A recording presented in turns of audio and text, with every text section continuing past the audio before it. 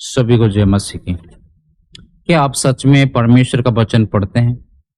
क्या आपने कभी सोचा है, अगर एक दिन आपके पास मोबाइल ना हो, अगर इंटरनेट बंद हो जाए, अगर आपके पास किसी से बात करने का कोई साधन ना हो, तो क्या आपके पास परमेश्वर से बात करने और उसकी आवाज सुनने का कोई मार्ग होगा? हम प्रार्थना में परमेश्वर से बात करते हैं, लेकिन जब परमेश्वर हमसे बात करना चाहता है तो क्या हम उसे सुनते हैं? यही आज का सबसे महत्वपूर्ण प्रश्न है।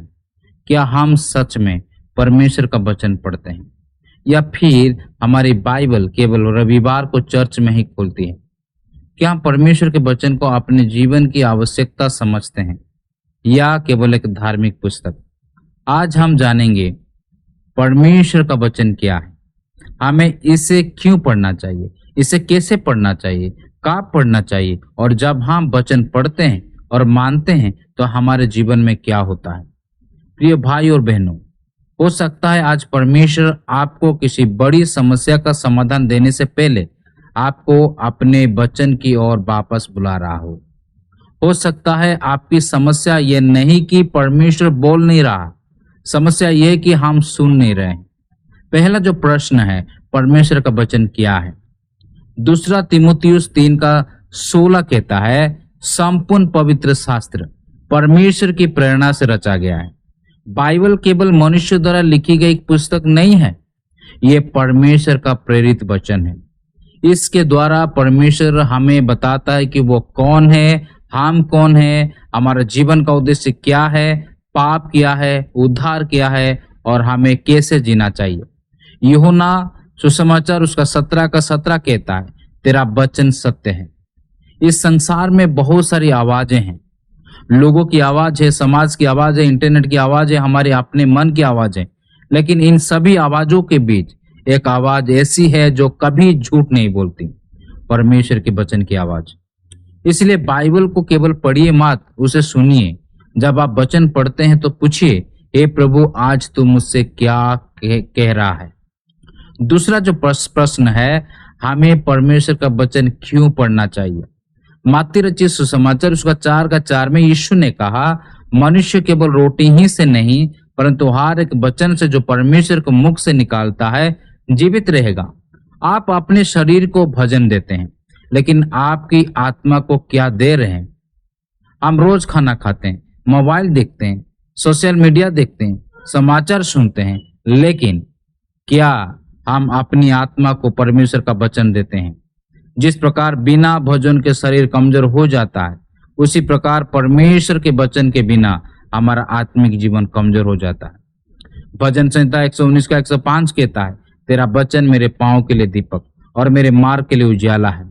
जब जीवन में रास्ता दिखाई ना दे, जब आपको समझ ना आए कि क्या निर्णय ले, जब भविष्य अंधकार में लगे, तब परमेश्वर का वचन आपके रास्ता में प्रकाश बनता है। इसलिए भजन संहिता 119:11 में कहता है, मैंने तेरे वचन को अपने हृदय में रख छड़ा है कि तेरे विरुद्ध पाप न करो। वचन केवल हमें ज्ञान नहीं देता है मेरे प्रियो, वचन हमें पाप से लड़ना सिखाता है। तीसरा प्रश्न को हम जाएंगे, बाइबल कैसे पढ़ें। कोई लोग बाइबल पढ़ते हैं लेकिन बाइबल उन्हें नहीं बदलती। क्यों? क्योंकि वे केवल पढ़ते हैं, समझते नहीं हैं। इसलिए जब आप बाइबल खोले, पहले प्रार्थना करें। जैसे भजन संहिता 119:18 में लिखा है, मेरी आंखें खोल दे कि मैं तेरी व्यवस्था की अद्भुत बातें देख सकूं। प्रार्थना करें, प्रभु से कहे, हे प्रभु, मेरी आंखें खोल दे, मेरा हृदय खोल दे, मुझे अपना वचन समझा और मुझे वो करने की सामर्थ्य दे जो तू मुझसे कहता है। फिर ध्यान से पढ़ें, पूछिए, इस वचन में परमेश्वर के बारे में क्या लिखा है, मेरे जीवन के बारे में क्या लिखा है। क्या कोई पाप है जिसे मुझे छोड़ना चाहिए? क्या कोई आज्ञा है जिसे मुझे मानना चाहिए? क्या कोई प्रतिज्ञा है जिस पर मुझे विश्वास करना चाहिए? और सबसे महत्वपूर्ण प्रश्न है, आज मैं इस वचन को अपने जीवन में कैसे लागू करूं? याद रखिए, जब आप वचन को पढ़ते हैं, सोचिए, प्रार्थना कीजिए, लागू करें और आज्ञा को मानिए। चौथा प्रश्न में जाएंगे हम। चौथा प्रश्न, वचन कब पढ़ना चाहिए? उत्तर है, हर दिन पढ़ना चाहिए। जब आपको समय मिले आपको पढ़ना चाहिए। भजन संहिता उसका 1:2 कहता है, धन्य है वो पुरुष जो परमेश्वर की व्यवस्था पर रात दिन ध्यान करता रहता है।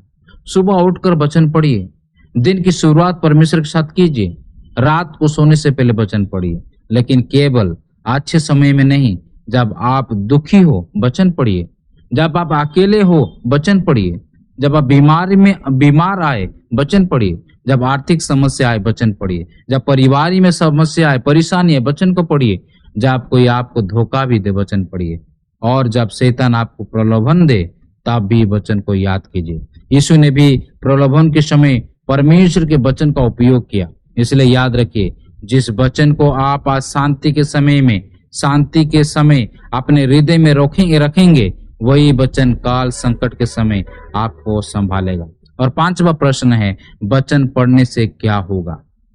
रोमियो उसका 10:17 कहता है, विश्वास सुनने से और सुनना मसीह के वचन से होता है। जब आप वचन पढ़ेंगे आपका विश्वास बढ़ेगा। जब आप वचन पर मनन करेंगे आपका मन बदलेगा।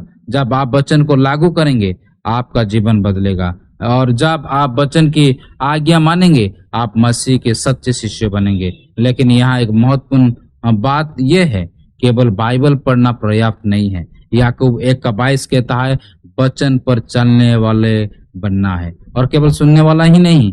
आप सोचिए, जैसे एक डॉक्टर ने आपको दवा दी, आपने दवा का नाम पढ़ा और आपने दवा के बारे में सब कुछ जान लिया, आपने उसका फोटो भी आपने मोबाइल में रख लिया, लेकिन दवा खाई नहीं, तो क्या आप ठीक होंगे? नहीं होंगे। उसी तरह आप बाइबल की हजारों आयतें जानते हो, आप बहुत सारे उपदेश सुनते हो, आप बाइबल के बारे में बहुत कुछ बोलते हो, लेकिन यदि आप वचन के अनुसार जीवन नहीं जीते तो वचन का उद्देश्य पूरा नहीं होता। यीशु ने कहा, यदि तुम मुझसे प्रेम रखते हो तो मेरी आज्ञाओं को मानोगे। यूहन्ना 14:15 में लिखा। सच्चा प्रेम केवल शब्द में नहीं होता, सच्चा प्रेम आज्ञाकारिता में दिखाई देता है। इसलिए आप अपने आप से एक प्रश्न को पूछिए, आपकी बाइबल कहाँ है? क्या वो आपके हाथ में है? क्या वो आपके मोबाइल में है, या केवल आपके घर की अलमारी में बंद है? और उससे भी बड़ा प्रश्न है, क्या परमेश्वर का वचन आपके हाथ में है या आपके हृदय में? क्योंकि परमेश्वर चाहता है कि उसका वचन केवल आपकी आंखों से होकर ना गुजरे, बल्कि आपके हृदय में उतरे, आपके विचारों को बदले, आपकी आदत को बदले, आपके चरित्रों को बदले और अंत में आपके पूरे जीवन को बदले।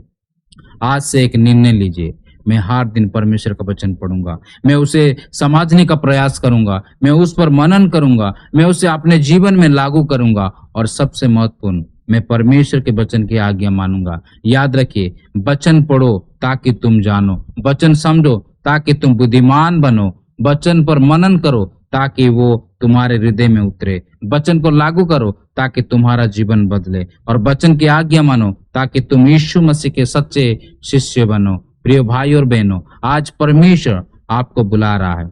अपनी बाइबल खोलिए, अपना हृदय खोलिए और परमेश्वर से कहिए, हे प्रभु, आज मैं तेरे वचन को सुनना चाहता हूँ, मुझसे बात कर, मुझे बदल और मुझे अपने वचन के अनुसार जीना सिखा। आइए हम प्रार्थना करें। हे हमारे स्वर्गीय पिता, तेरे पवित्र वचन के लिए हम तेरा धन्यवाद करते हैं। हमारी आंखें खोल की हम तेरे वचन की सच्चाई को समझ सके, हमारे हृदय को बदल, हमें पाप से दूर रख, हमारे विश्वास को मजबूत कर, और हमें केवल वचन सुनने वाला नहीं बल्कि वचन पर चलने वाला विश्वासी बना। हमें प्रतिदिन तेरे वचन में बने रहने की भूख दे। यीशु के नाम में प्रार्थना मांगते हैं, आमीन। सच में मेरे प्रियो, यदि ये संदेश आपके जीवन के लिए आशीष का कारण बना है तो इसे किसी और के साथ जरूर साझा कीजिए। और याद रखिए, बाइबल को केवल पढ़ने वाली पुस्तक मत बनाइए, इसे अपने जीवन का मार्गदर्शक बनाइए। परमेश्वर आपको आशीष दे।